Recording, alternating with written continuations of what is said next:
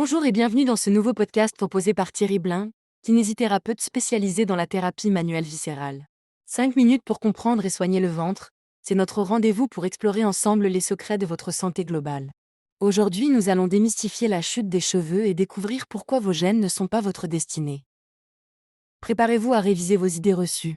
Pendant des décennies, on a pointé du doigt la testostérone comme responsable de la calvitie masculine. Cette croyance populaire a créé une véritable psychose. Plus vous êtes viril, plus vous perdrez vos cheveux. Et la science moderne nous révèle une toute autre réalité. Ce n'est pas la testostérone qui détruit vos follicules pileux. Le vrai coupable a un nom, la dihydrotestostérone, ou DHT. Cette découverte change tout. Car contrairement à ce qu'on pensait, vous n'êtes pas condamné par votre taux de testostérone. Vous pouvez agir sur la transformation de cette hormone. Voici ce qui se passe réellement dans votre organisme. Votre testostérone, hormone parfaitement normale et nécessaire, rencontre une enzyme appelée 5-alpha-réductase.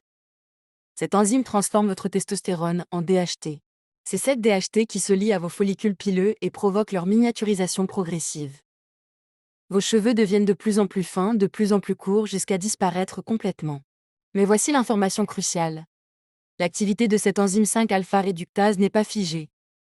Elle varie selon votre mode de vie, votre alimentation, votre stress. Vous avez donc un pouvoir d'action direct sur ce processus. Oui, certaines personnes sont génétiquement plus sensibles aux effets de la DHT. Des variations dans le gène du récepteur des androgènes peuvent rendre vos follicules plus réceptifs à cette hormone destructrice. Mais attention, avoir cette prédisposition génétique ne signifie pas que vous perdrez forcément vos cheveux.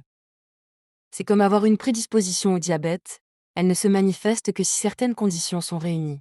Votre génétique charge le pistolet, mais c'est votre mode de vie qui appuie sur la gâchette.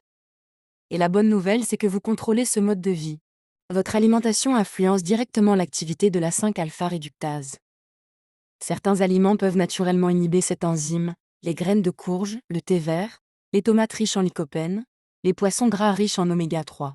Le stress chronique dérègle vos hormones et peut stimuler la production de DHT. Apprendre à gérer votre stress n'est pas qu'une question de bien-être, c'est un investissement pour vos cheveux. L'exercice physique régulier aide à réguler vos hormones naturellement. Il améliore la circulation sanguine vers vos follicules et optimise votre équilibre hormonal global. Le sommeil de qualité est essentiel. C'est pendant votre sommeil profond que votre organisme régule ses hormones et répare vos tissus, y compris vos follicules pileux. La chute des cheveux n'est pas une fatalité génétique. C'est un processus complexe que vous pouvez influencer positivement par vos choix quotidiens. Même si vous avez une prédisposition héréditaire, vous n'êtes pas condamné à la calvitie. Chaque jour, par vos habitudes alimentaires, votre gestion du stress, votre activité physique, vous votez pour ou contre la santé de vos cheveux. Vos cheveux reflètent votre santé globale. En prenant soin de votre corps dans son ensemble, vous prenez soin de votre chevelure. La perte de cheveux n'est pas une sentence définitive, mais un défi que vous pouvez relever avec les bonnes connaissances et les bonnes actions. Merci de nous avoir écoutés. Pour approfondir vos connaissances en thérapie manuelle viscérale et découvrir nos formations, rendez-vous sur notre site www.kiné-formation.com. À bientôt pour un nouveau rendez-vous de 5 minutes pour comprendre et soigner le ventre.